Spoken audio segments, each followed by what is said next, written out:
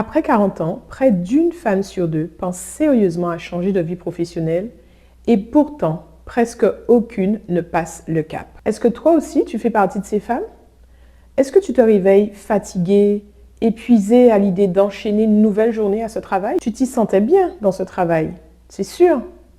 Mais aujourd'hui, tu sens que tu t'essouffles. Et puis chaque jour, tu y vas en te listant toutes les bonnes raisons qui te poussent à tenir. Il faut que je rembourse le crédit immobilier, les études des enfants, et puis tu te demandes qui tu es sans ce travail, ou alors pire, tu te dis c'est trop tard, 40 ans, 45 ans, c'est trop tard pour que je change de vie professionnelle. Tu rêves d'un travail qui aurait plus de sens, qui aurait plus d'impact, qui serait plus aligné avec tes valeurs, qui t'offrirait plus de liberté, la liberté qui t'a tant fait défaut pendant toutes ces années.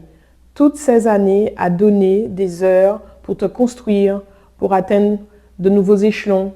Et peut-être aussi que tu es de ces femmes qui dorment mal, dont la mémoire flanche. Toi qui étais vive d'esprit, qui étais au taquet, tu mets ça sur le compte du stress. C'est lié à l'âge, c'est dû à la charge mentale. C'est sûr que c'est de ça. Mais c'est pas que ça. Au fond de toi, tu sais que c'est pas que ça. C'est pas juste de la fatigue. C'est le signe que tu n'es plus à ta place à ce travail. Alors pourquoi? Pourquoi même quand on se sent si mal, c'est si difficile de changer? Pourquoi c'est si difficile de bouger? Parce qu'en réalité, le problème, ce n'est ni un manque de compétences, ni un manque d'idées. Le problème, c'est ce qui se passe dans ta tête quand il s'agit de passer à l'action. Quoi qu'il en soit, dans tous les cas, tu as des compétences, tu as quoi? 15 ou 20 ans d'expérience?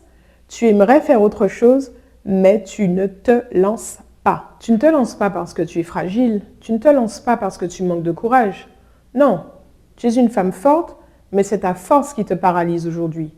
Ta rigueur, ta lucidité, ton besoin de tout anticiper, que tout soit parfait avant de passer à l'action, ce sont précisément ces qualités qui t'ont amené où tu es aujourd'hui, qui te paralysent et en fait qui se déguise en stratégie de sabotage. Et le pire, c'est que personne autour de toi ne voit le problème puisque de l'extérieur, tout va bien.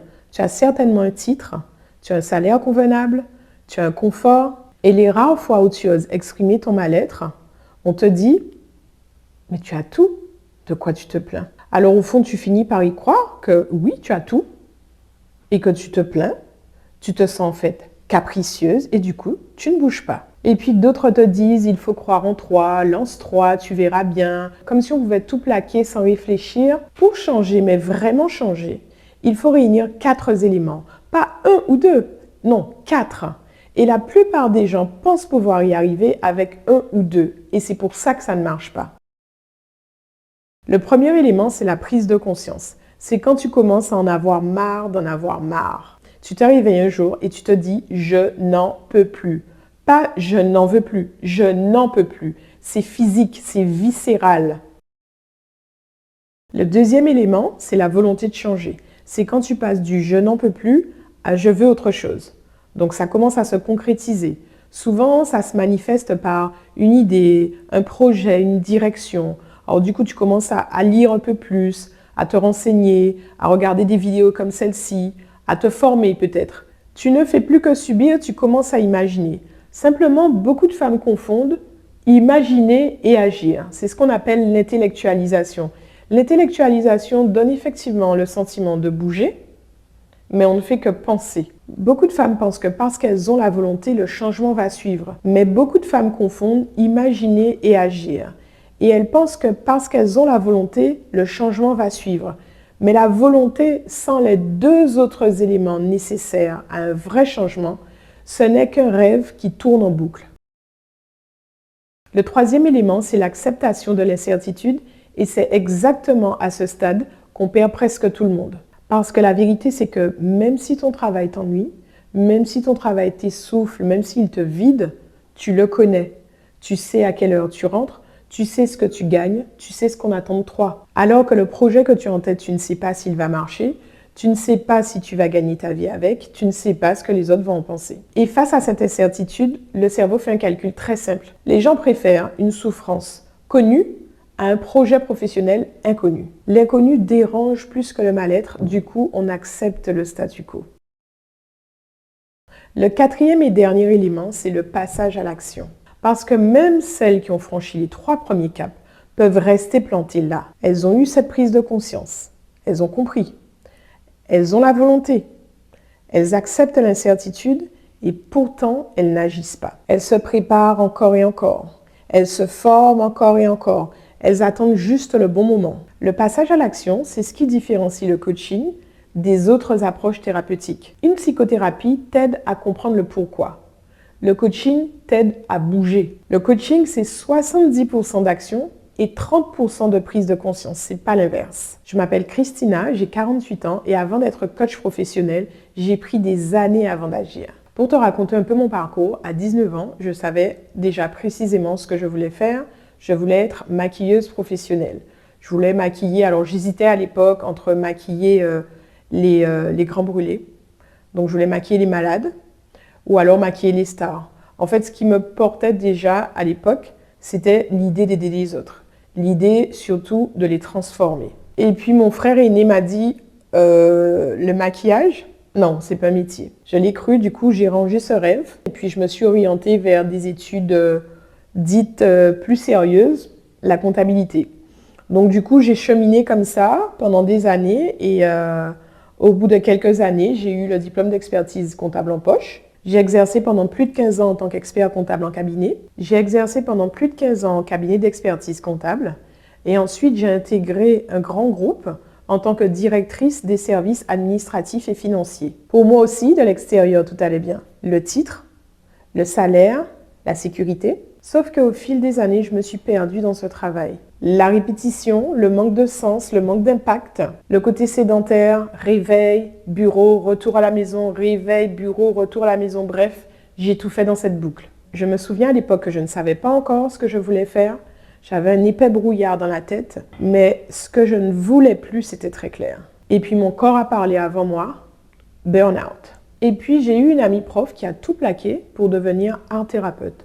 Son parcours m'a vraiment inspirée. J'ai trouvé que c'était concret, c'était courageux, c'était aligné avec ses valeurs. Elle avait osé ce que moi, je n'arrivais pas à faire. Alors, j'ai commencé une formation de coaching professionnel certifié RNCP, le registre national des certifications professionnelles. En fait, cette formation a été un déclic parce qu'elle a été à la fois pour moi une thérapie par l'action et elle est devenue mon projet professionnel. Aujourd'hui, je suis coach professionnel certifié et j'accompagne les femmes de 40 ans et plus qui sont bloquées exactement comme moi je l'ai été. Ce que je fais, c'est du coaching professionnel. Ce n'est pas un bilan de compétences, c'est du business coaching. Ça veut dire quoi concrètement? Ça veut dire qu'on travaille sur ton projet d'un point de vue professionnel et d'un point de vue personnel, parce que l'un ne va pas sans l'autre. On va travailler en parallèle sur 2 piliers.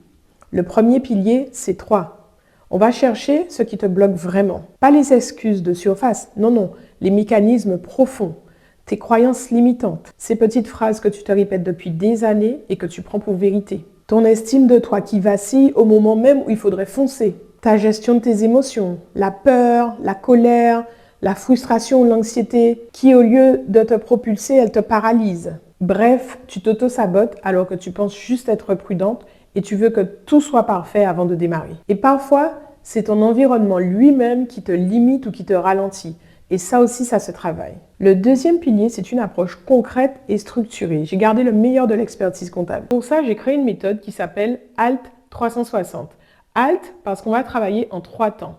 360 parce que ma méthode se veut globale. On intègre à la fois ta problématique professionnelle, mais surtout ta problématique personnelle. Que signifie le HALT? Le A pour analyse. On analyse 2 choses.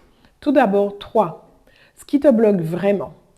Pas les excuses de surface, non, non, tes mécanismes inconscients.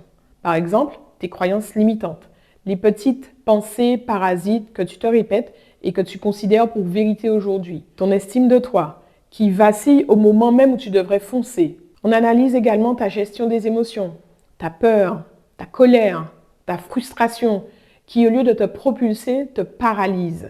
Bref, tu t'auto-sabotes alors que tu penses juste être prudente. Ensuite, la deuxième chose qu'on analyse, c'est ton projet professionnel.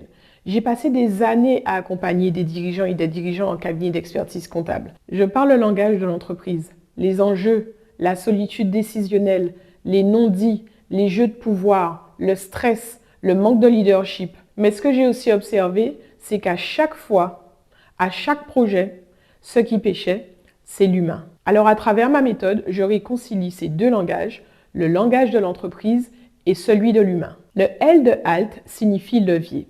Une fois qu'on a analysé ce qui te bloque et ce que tu veux construire, on va voir sur quoi tu vas pouvoir t'appuyer comme levier pour pouvoir avancer. Tes forces, tes ressources, ton expérience, ton réseau relationnel, tout ce que tu as déjà en fait, mais que tu ne vois plus parce que tu es trop occupé à douter. Et pour finir, le T de HALT signifie transformation. Pas juste changer de poste pour retrouver les mêmes problématiques dans 6 mois, non, non. Une transformation profonde et durable de tes pensées, de tes croyances, de tes comportements. Précisément le genre de changement qui fait que tu ne reviens pas en arrière. Si tu te reconnais dans ce que je viens de dire, alors on a des choses à se dire. Sur cette chaîne, je vais partager des vidéos sur tout ce qui touche à la transition professionnelle des femmes de 40 ans et plus, avec un ton direct, sans complaisance et avec de la vraie substance. Alors si ça te parle, abonne-toi. En attendant, je te pose une question.